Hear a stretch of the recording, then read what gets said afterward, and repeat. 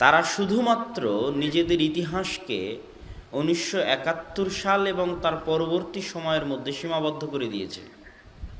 কিন্তু তার আগে দীর্ঘ 600 বছর, 700 বছর, 800 বছর এই দেশে যে মুসলমানেরা ছিল, মুসলমানদের অস্তিত্ব ছিল, তাদের কি ইতিহাস, তারা যে আমাদের আদি পিতা, আদি মাতা, তারা কি সংগ্রাম, কি ত্যাগ, কি তিতিক্ষা দিয়ে এই দেশগুলোকে টিকিয়ে রেখেছেন, ইসলামের প্রচার করেছেন, প্রসার করেছেন, সেই ইতিহাসগুলো সম্পর্কে মানুষ অজ্ঞ। সেগুলোর সাথে জাতীয় রক্তের কোনো সম্পর্ক নাই, জাতীয় শিক্ষা কার্যক্রমের কোনো সম্পর্ক নাই। যখনই একটা জাতিকে তার মূল ইতিহাস থেকে বিচ্ছিন্ন করে দেওয়া হয়, তখন ওই জাতি পঙ্গু হয়ে যায় অটোমেটিক, কেননা সে তার মূল আদি ইতিহাস থেকে বিচ্ছিন্ন হয়ে গেছে।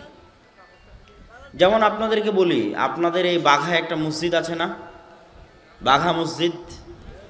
এই বাঘা মসজিদ, কুসুম্বা মসজিদ এবং সোনা মসজিদ, এই তিনটা মসজিদের স্থাপনা তারিখ দেখবেন 10, 15, 20 বছরের পার্থক্য মাত্র, তার বেশি পার্থক্য হবে না, খুব জোর 30-40 বছরের পার্থক্য হবে, একই সময়ে গড়ে ওঠা।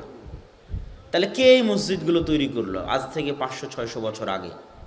বাঘাতে মসজিদ তৈরি করলো, নওগাঁর কুসুম্বাতে মসজিদ তৈরি করলো, চাঁপাইনবাবগঞ্জের সীমান্ত এলাকা সোনা মসজিদ, ছোট সোনা মসজিদে মসজিদ তৈরি করলো। ছোট সোনা মসজিদে যে তোহাখানা আছে, ওটা মূলত বিশ্ববিদ্যালয়। শাহ নেয়ামাতুল্লাহ, যার কাসিদা, যার ভবিষ্যৎবাণীর একটা কবিতা বিভিন্ন বই পুস্তকে লেখা আছে, সত্য মিথ্যা আল্লাহ ভালো জানে, কিন্তু উনি ওই নামে একজন ব্যক্তি ছিলেন। তার নামে চাঁপাইনবাবগঞ্জে অনেক কলেজ আছে, অনেক কিছু আছে, এবং তারই ওটা বিশ্ববিদ্যালয় এবং মাদ্রাসা ছিল।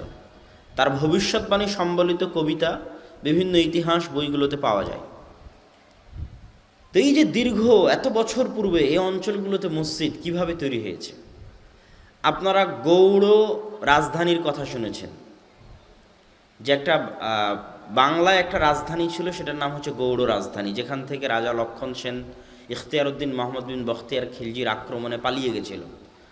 পরবর্তীতে সেখানেই মুসলমানেরা রাজধানী স্থাপন করে, যেটা ইতিহাসের পাতায় লখনৌতি গৌড় নামে পরিচিত।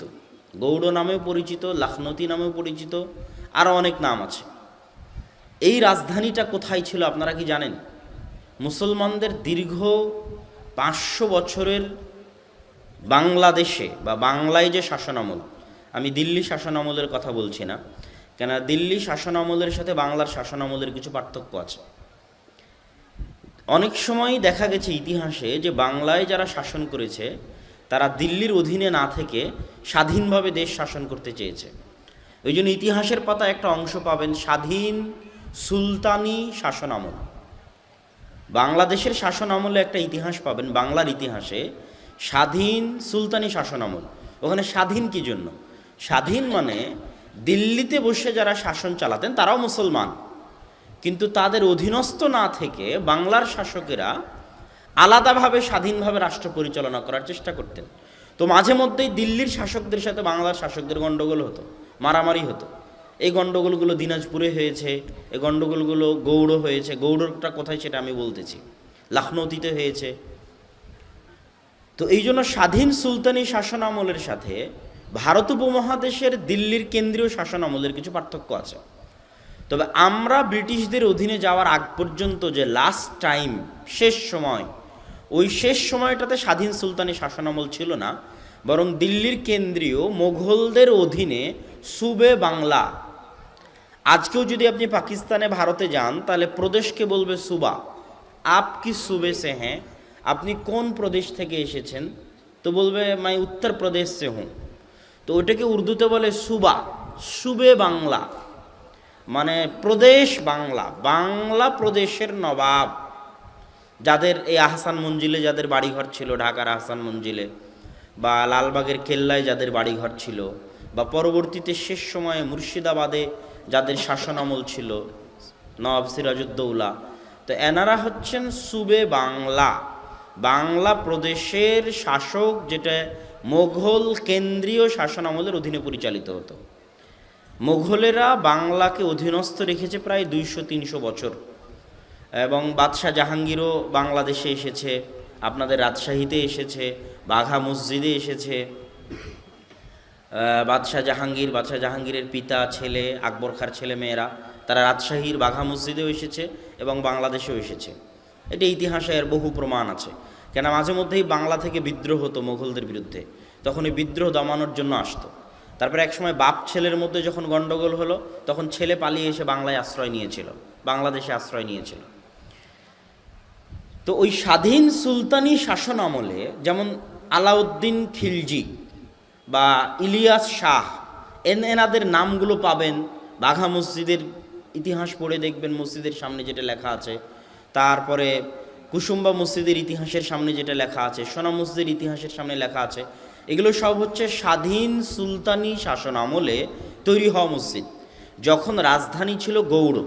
এই গৌড়টা হচ্ছে, গৌড়ের শেষ সীমানা হচ্ছে ছোট সোনা মসজিদ। বাংলাদেশ থেকে ভারতে ঢুকার পথে রাস্তার দুই পাড়ে যে উঁচু পাহাড়ের মতো আছে, ওটা হচ্ছে গৌড় রাজধানীর প্রবেশদ্বার, এই দিক থেকে প্রবেশদ্বার। এবং ওই রোডটা যখন মালদা বর্ডার আপনি ক্রস করবেন, সোনা মসজিদ বর্ডার ক্রস করবেন, তখন ওই রোডটার নাম গুগল ম্যাপে দেখবেন গৌড় রোড। এখনও গুগল ম্যাপে ওই রোডের নাম হচ্ছে গৌড় রোড। এবং ওই দুই ঢিপি প্রবেশদ্বারে প্রবেশ করার পর থেকে নিয়ে মালদা রেল স্টেশন পৌঁছা পর্যন্ত, ওল্ড রেল স্টেশন, পুরাতন রেল স্টেশন পৌঁছা পর্যন্ত হাতের দুই ধারে শুধু মসজিদ আর মসজিদ আর মসজিদ। এই পুরো পুরাতন মসজিদ এরিয়া ঘেরা এই জায়গাটাই স্বাধীন সুলতানি শাসন আমল, যেটা 500-600 বছর, এই পুরো বাংলাদেশের রাজধানী।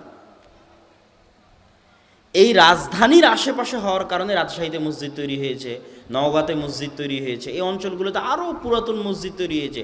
কেননা এগুলো ছিল রাজধানীর নিকটবর্তী অঞ্চল।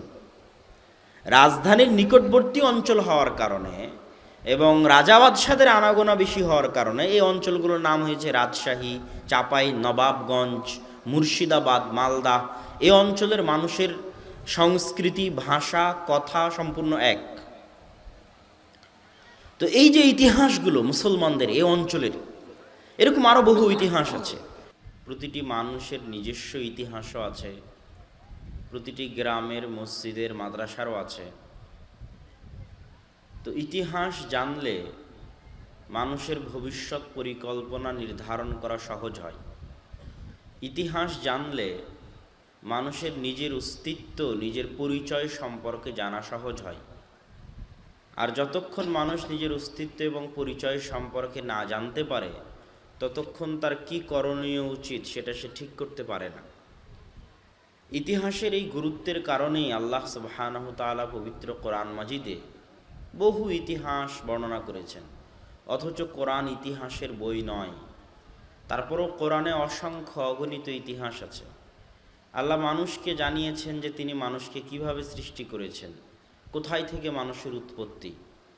কেউ হয়তো বলবে মানুষের উৎপত্তি বানর থেকে, ডারউইনের মতবাদ থিওরি পেশ করে, কেউ বলবে এইভাবে, কেউ বলবে এইভাবে। সেখানে আল্লাহ মানুষকে তার সঠিক ইতিহাসটা জানিয়েছেন যে তোমাদের সঠিক ইতিহাস হচ্ছে তোমাদের সৃষ্টি এভাবে, আদম এবং হাওয়া আলাইহিস সালাতু ওয়াস সালামের মাধ্যমে।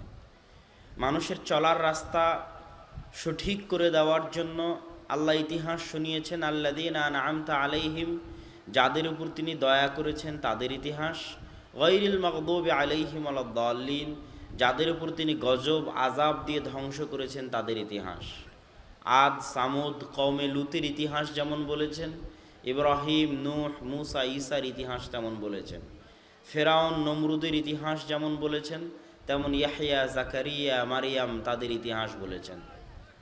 তো এই ইতিহাসগুলো দিয়ে আল্লাহ সুবহানাহু তাআলা মানুষকে কোনটা সিরাতে মুস্তাকিম, কিভাবে মানুষকে সামনে আগাতে হবে, মানুষ ওই ঘটনাগুলোর সাথে নিজের জীবনের ঘটনাগুলো মিলিয়ে দেখবে।